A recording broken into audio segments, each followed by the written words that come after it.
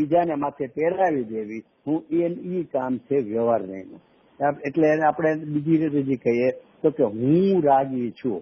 તો કે ભાઈ રાગ તો પૂજગલે કરેલો છે, પૂજગલના સંગે થયો છે, પૂજગલના લક્ષી થયો છે, એટલે એ રાગ તો પૂજગલનો છે. તો પૂજગલનો છે છતાં પણ એ જીવની પર્યાયમાં દેખીને, એટલે જીવની પર્યાયની ત્યાં હૈયાતી છે, તો એ હૈયાતીના હિસાબે વ્યવહાર એમ કહે છે કે આ રાગ જીવનો જ છે.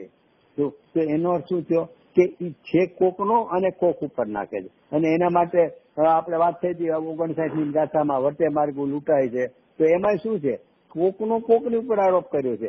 લૂંટાય છે માણસ એટલા પોર્શનમાં, એકાંત ભાગ છે, હું નિર્જન અને ઓલી ગુરુદેવ કહેતા આમ અંદર છે, આમ નીચે ઉતરીને ઢાળમાં ચૂકીને ઉપર જાય તો બહારથી કોઈ દેખાતું જ ન હોય. તો એટલા ભાગમાં માણસ લૂંટાય છે, છતાં કેવા છે શું કે માર્ગ લૂંટાય છે. હું તો માર્ગને લૂંટાવા પણ નથી, લૂંટાય છે માણસ, છતાં એનો આરોપ કરી આની ઉપર નાખે છે કે માર્ગ લૂંટાય છે. એ વ્યવહારના લક્ષણ છે. એટલે કે લૂંટાય કોક અને કેવું કોક લૂંટાણું, એનું નામ છે વ્યવહાર.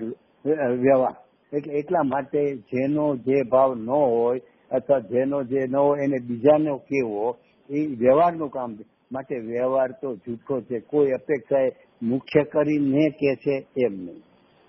એટલે તમે જૂઠો શબ્દ કદાચ દર વખતે ન કહો તો આપણે ઠીક છે કે આપણે જૂઠો શબ્દ નથી કહેવો, પણ એક વાત તો ચોક્કસ જ છે કે કોઈ અપેક્ષાએ કોઈના ભાવને બીજાનો કે છે.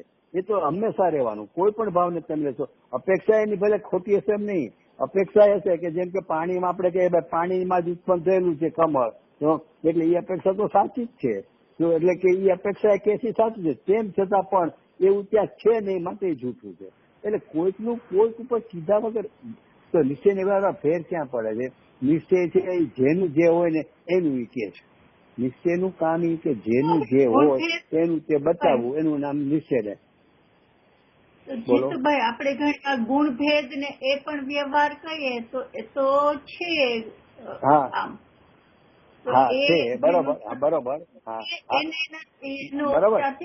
એના પર તમે કહ્યું બંધ પાઘડી પહેરાવી દઈએ તો એ ક્યાં અહીંયા લાગુ પડે આપણને?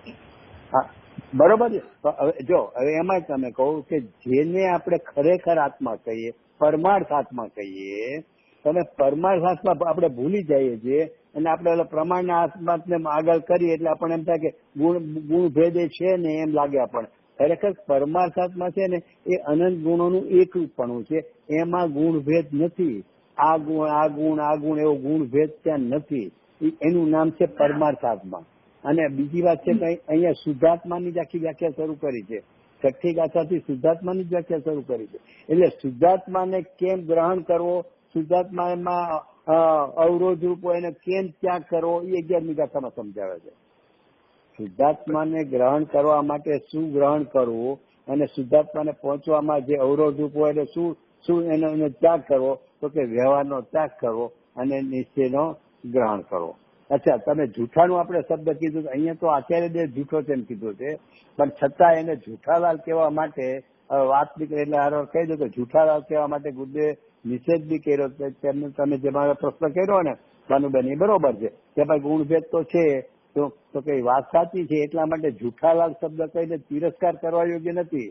વ્યવહાર સઘળો જૂઠો છે એમ કીધું, પણ પછી એને બહુ જોર દઈને જૂઠાલાલ જૂઠાલાલ એમ કરી તેને એનો તિરસ્કાર કરતા હોય તો એ તિરસ્કાર કરવા યોગ્ય નથી. કારણ કે અમુક જે 4 પ્રકારનો વ્યવહાર કીધો ને એમાં અમુક વ્યવહાર છે ને એ તો નિષેધવા યોગ્ય છે. એટલે કે એને નિષેધ કરીને જે પ્રગટ થશે ને એમાં તો ઓલાનો ત્યાગ થઈ જ ગયો છે. એટલે એને તમે જૂઠાલાલ કહી દો તો ચાલશે, પણ જે પ્રગટ થાય છે 4 પ્રકારના વ્યવહારનો નિષેધ કરીને નિશ્ચયને ઉપાદાય કરવાથી જે પ્રગટ થાય છે ને, હું એ દશા તો પાછી જેમાં વ્યવહારમાં તમે નિષેધ કરી એમાં એક વ્યવહાર છે, 4 પ્રકારનો વ્યવહાર છે.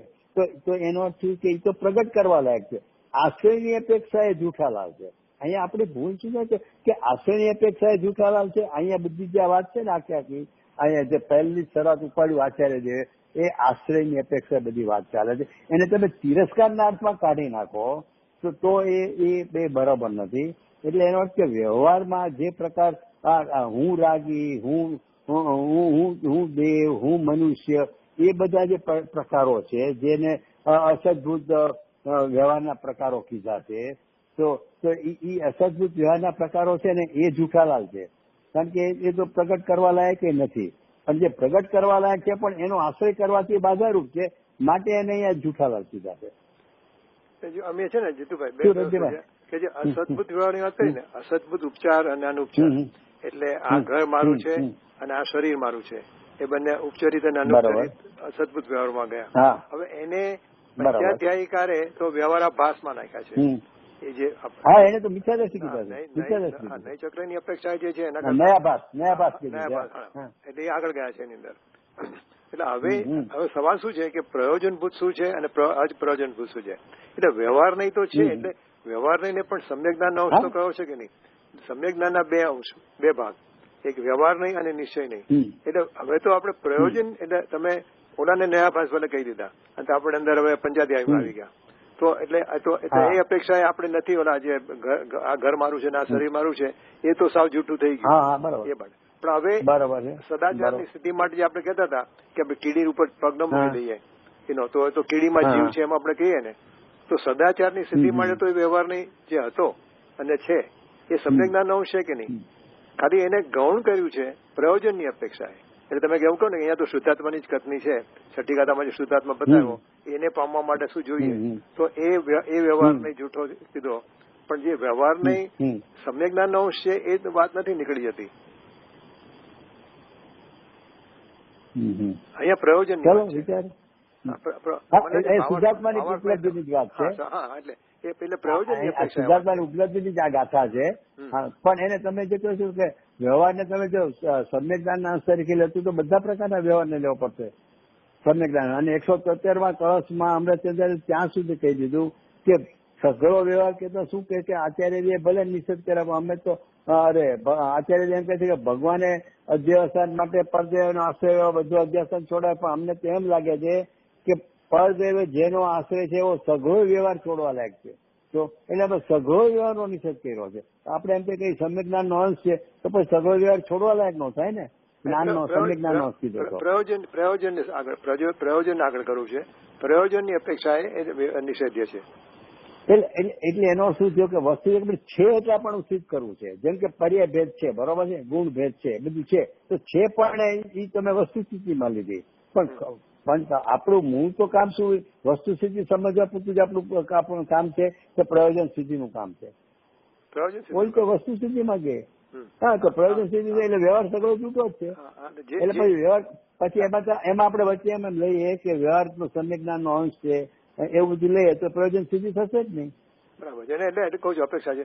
એટલે જે રાગને આપણે પૂતગલ નો કહીએ કે પૂતગલ રાગ કરે છે, પૂતગલ જ આપે છે એની અંદર રાગની અંદર એનો, એટલે એ અપેક્ષા જુદી થઈ ગઈ. એટલે એમાંથી આપણે આગમમાંથી પરમ અધ્યાત્મમાં આવી ગયા.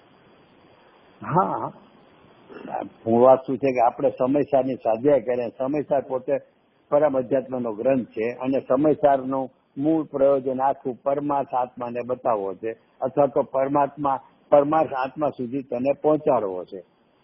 અને એમાં જે બાધારૂપ છે હું એનો તને ત્યાગ કરાવવો છે. તો એમાં બાધારૂપમાં શું લીધું તો કે વ્યવહાર સઘળો લઈ લીધો, કે સઘળો વ્યવહાર ત્યાગવા લાયક છે, છોડવા લાયક છે એમ લઈ લીધું. જોકે હજી આની બીજી વ્યાખ્યા તો બહુ સારી આવશે. આ તો આપણે આમાં જ હજી વિચારણા કરીએ છીએ કે આ ત્યાગવા લાયક છે એમાં કોણ છે અથવા કઈ અપેક્ષા છે, પ્રયોજન સુધી છે. પણ અહીંયા તો ગુરુદેવ એ રીતે એક જ વારમાં લીધું છે 17મી વારના પ્રવચનમાં. એટલો એક જ વાર આવો ખુલાસો કર્યો કે ખરેખર તો પર્યાય પોતાને પર્યાય રૂપે માને છે ને હું બસ એને છોડવાનું છે. પર્યાય અભાવ નથી કરવાનો પર્યાયનો. અહીંયા ગૌણ કરવાની વાત કરવામાં ગુરુદેવ બીજે ખુલાસો ક્યાંય નથી કર્યો. આટલી વારના પ્રવચનોમાં તમે 13 થી 19 લો કે 12 થયા હોય પ્રવચનો એમાંથી લ્યો, ગામોગામ ઘણી જગ્યાએ 11મી ગાતો. પણ અહીંયા એક જ વાર 17મી વાર ખુલાસો કર્યો કે અભાવ કરીને ગૌણ નથી. અહીંયા વ્યવહારને ગૌણ કરીને એનો ત્યાગ કરવાનું કીધું ને, હે કરવાનો, તો કે અભાવ રૂપ કરીને નહીં. પર્યાય પોતાને પર્યાયપણે નથી, પર્યાય છે પર્યાયપણે નથી એમ ગૌણ કરવાની છે. તો પર્યાયપણે છે, પર્યાયપણે નથી અને પર્યાયનો અભાવ નથી કરવા, એમાં હું ભેદ રહ્યો. પર્યાયપણે નથી કયો કે અભાવ કયો, ફેર શું? એ વિચારવાનું છે. એ ગુરુદેવ 17મી ગાથામાં આટલી વાત મૂકી, પછી ખુલાસો નથી કર્યો. પછી આપણે ચર્ચાનો ટાઈમ પૂરો થઈ ગયો એટલે નેક્સ્ટ ઓલામાં લેશું કે પર્યાય પણ નથી એટલે શું અને પર્યાયનો અભાવ એટલે શું, અને 11મી ગાથામાં શું સમજાવવું છે. ત્યાગની વાત જે કરી પર્યાયની ભેદની એટલે હે રૂપ કરવાની, તો હે કઈ રીતે કરવો, શું એને અભાવ રૂપ કરીને કરવો કે એને એ પણ નથી એમ કરીને કરવો, એ ગુરુદેવ શું કીધું છે આપણે લેશું ત્યારે. બરાબર. ઓકે ચાલો બરોબર. હા એટલે જ